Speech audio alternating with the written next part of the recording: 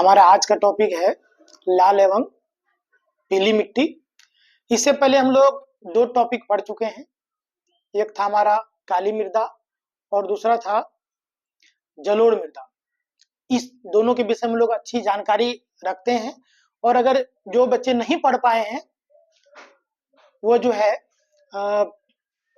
YouTube channel से जो topic आप नहीं पढ़ पाए हैं उसको निकाल करके बार बार आप वीडियो को देख लेंगे और साथ ही साथ आपको नकल भी कर लेना है। वीडियो जितनी बार आप देखेंगे आपका कंसेप्ट उतना क्लियर होगा और उतनी अच्छी तरह से आप समझ पाएंगे। तो आज हम लोग जानेंगे कि लाल एवं पीली मृदा के बारे में, इसका निर्माण कैसे हुआ है, रंग कैसा होता है, विस्तार कहां से कहां तक इनका है और कितना क्षेत्रफल तक फैला हुआ है और इसमें कौन कौन से फसल उगाए जा सकते हैं। तो सबसे पहली बात कि लाल एवं पीली मृदा का निर्माण कैसे होता है। तो लाल एवं पीली मृदा ग्रेनाइट नीस जैसे रवेदार आग्नेय चट्टान से के विघटन से या उनके रूपांतरण से होता है। लाल या पीली मिट्टी का निर्माण ग्रेनाइट नीस के जैसे आग्नेय रवेदार चट्टान के रूपांतरण या विघटन के कारण होता है। हमको इस बात को याद रखना है कि लाल एवं पीली मिट्टी का निर्माण कैसे होता है। तो ग्रेनाइट और नीस जैसे रवेदार आग्नेय चट्टान के विघटन से। तो इनका रंग लाल क्यों होता है? तो लाल रंग होने का कारण है इसमें लोहांश की उपस्थिति। लोहा पाए जाने के कारण इस मिट्टी का रंग लाल होता है।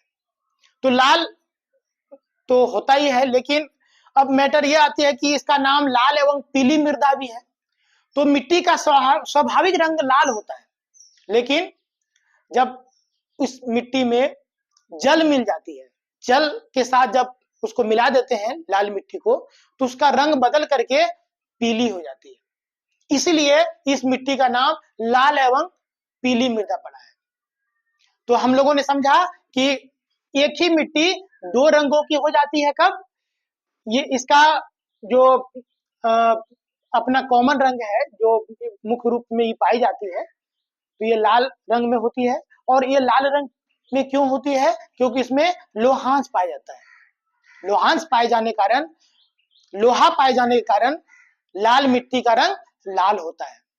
लेकिन जब लाल मिट्टी में जल मिल जाती है तो वह पीले रंग में बदल जाती है। तो अब बात आती है कि लाल एवं पीली मिट्टी का विस्तार क्षेत्र कहां तक है, भारत के कितने क्षेत्रों में जो है, कितने क्षेत्रफल में इसका विस्तार है। तो भारत के कुल कृषि भूमि के 7.2 करोड़ हेक्टेयर भूमि पर लाल एवं पीली मिट्टी का विस्तार है। तो कितना क्षेत्रफल पर? कृषि भूमि के 7.2 करोड़ हेक्टेयर भूमि पर लाल एवं पीली मिट्टी पाई जाती है। तो लाल एवं पीली मिट्टी का मुख्य क्षेत्र कहाँ है, कौन कौन से राज्यों में पाई जाती है? तो हमारा तमिलनाडु, कर्नाटक, गोवा, दक्षिणी पूर्वी महाराष्ट्र, आंध्र प्रदेश, उड़ीसा, छोटा नागपुर का पठार एवं मेघालय के पठारी क्षेत्र। ये विशेषकर आप ये जान जाइए कि लाल एवं पीली मिट्टी जो है प्रायः पठारी क्षेत्रों में पाई जाती है। और यहाँ हमने जितने राज्यों के बारे में पढ़ा तो प्रायः पठारी क्षेत्र से संबंधित है। जैसे आपका तमिलनाडु हो गया, कर्नाटक भी हो गया, ये भी पठारी क्षेत्र में आता है। गोवा के भी कुछ भाग, दक्षिणी पूर्वी महाराष्ट्र में पाया जाता है। आंध्र प्रदेश, उड़ीसा, छोटा नागपुर पठार और मेघालय पठार में।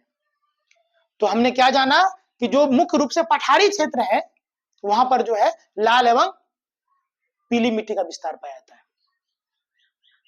तो आपको यह भी याद रखना है कि किन किन राज्यों में लाल एवं पीली मिट्टी पाई जाती है। तो आपको याद रखना है कि जो हमारा पठारी क्षेत्र है तो कहाँ कहाँ पड़ता है, जैसे कर्नाटक, महाराष्ट्र, आंध्र प्रदेश, तमिलनाडु, छोटा नागपुर, मेघालय, सब तो हम लोग पहले से पढ़ चुके हैं कि ये सब पठारी क्षेत्र के अंतर्गत आता है।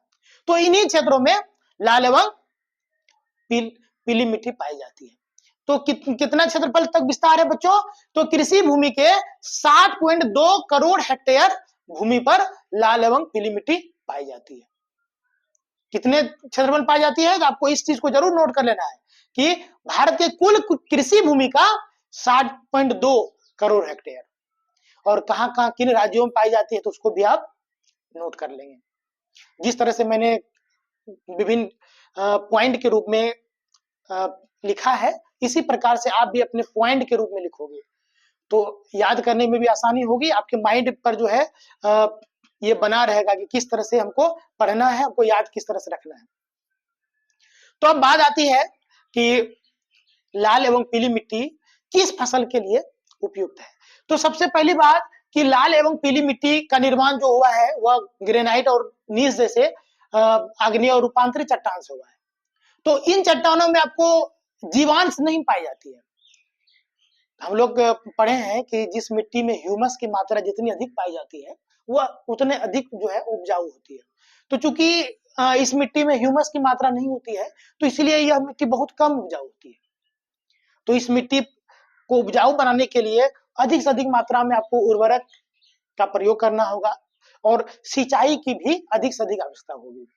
तो अगर आप इस चीज की व्यवस्था कर लेते हैं, अधिक से अधिक मात्रा में उर्वरक और सिंचाई अवेलेबल है वहां, तो आप इस प्रकार की मिट्टी में चावल की खेती कर सकते हो, ज्वार की खेती कर सकते हो, बाजरा की खेती कर सकते हो, मक्का की खेती कर सकते हो, मूंगफली की खेती कर सकते हो, तंबाकू और फल की खेती किया जा सकता है। तो सबसे पहली बात यह है कि यह मिट्टी उपजाऊ कम है, लेकिन उर्वरक का प्रयोग करके और सिंचाई की उचित व्यवस्था के द्वारा हम बहुत प्रकार के फसल इस मिट्टी में उगा सकते हैं। ठीक है बच्चों, आज का क्लास हमारा यही तक रहेगा। लाल एवं पीली मृदा के बारे में हमारा अगला क्लास है लेटेराइट मृदा के संबंधित होगा, और हो सकता है कि आज ही हम शाम तक आपको ये वाला लेटेराइट मृदा वाला जो है वीडियो डाल देंगे यूट्यूब पर।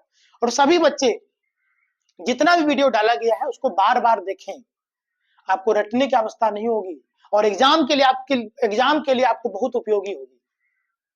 ठीक है, तो यहाँ से हम आपसे विदा लेते हैं, फिर अगले वीडियो में आपसे मुलाकात होगी। धन्यवाद।